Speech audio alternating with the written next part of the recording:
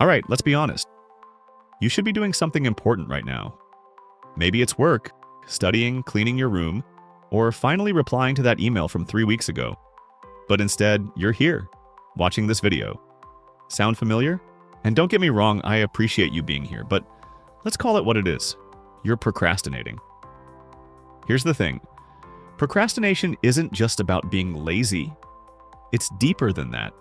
It's about avoiding discomfort. See, our brains are wired to prioritize feeling good in the moment rather than dealing with something that feels hard or boring. That's why we scroll, snack, or convince ourselves that we'll be more motivated tomorrow.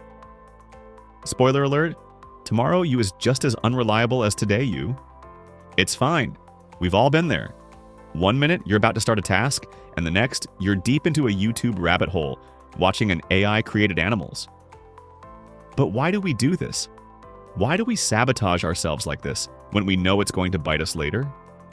It's not because we're lazy, it's because our brains are terrible at short-term decisions. See, your brain is like a toddler. It only cares about 2 things.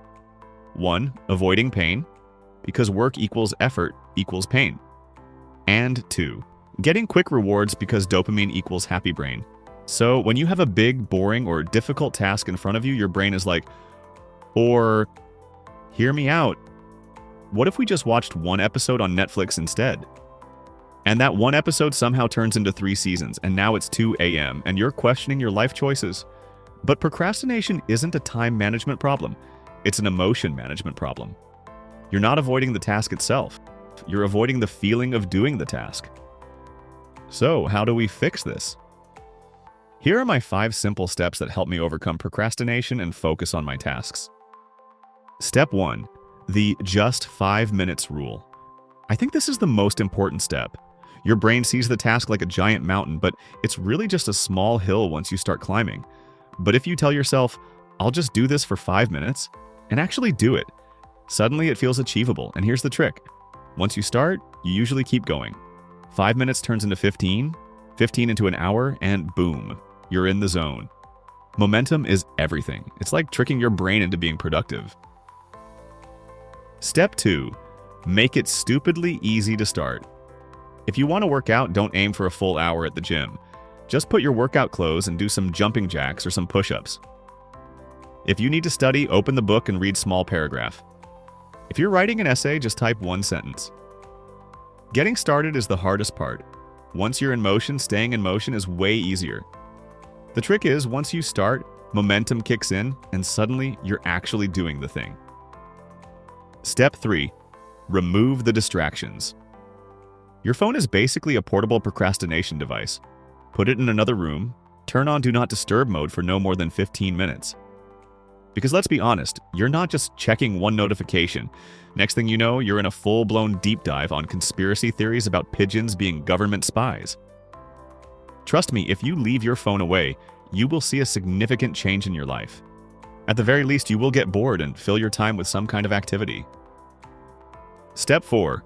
Reward yourself strategically. Your brain loves dopamine, so use it as a bribe. Tell yourself, if I finish this, I get to watch an episode of my favorite show or eat my favorite snack. But, and this is crucial, reward yourself after, not before.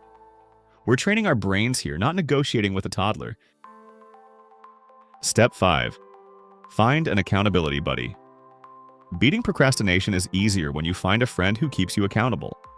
Someone who keeps you on track and makes progress feel less overwhelming. Set goals together, check in, and challenge each other to stay focused. It's harder to make excuses when someone's watching and easier to stay motivated. Bonus step. If none of that works, try the deadline trick. Ever notice how you get insanely productive right before a deadline? That's because stress kicks your brain into focus mode. So if you don't have a real deadline, fake one. Set a timer for 30 minutes and challenge yourself to see how much you can get done before it goes off. Sometimes all you need is a little time pressure. Now, here's your challenge. Pick 1 small task you've been putting off and do it for 5 minutes. Yes, literally now for 5 minutes. Big goals are just a series of small steps. Start with 1. Because once you start, you'll realize it's not as bad as your brain made it out to be. And if this video helped, hit that like button, subscribe for more, And remember, your future self will thank you for doing the thing today, not tomorrow. Today. Now go do the thing. You got this.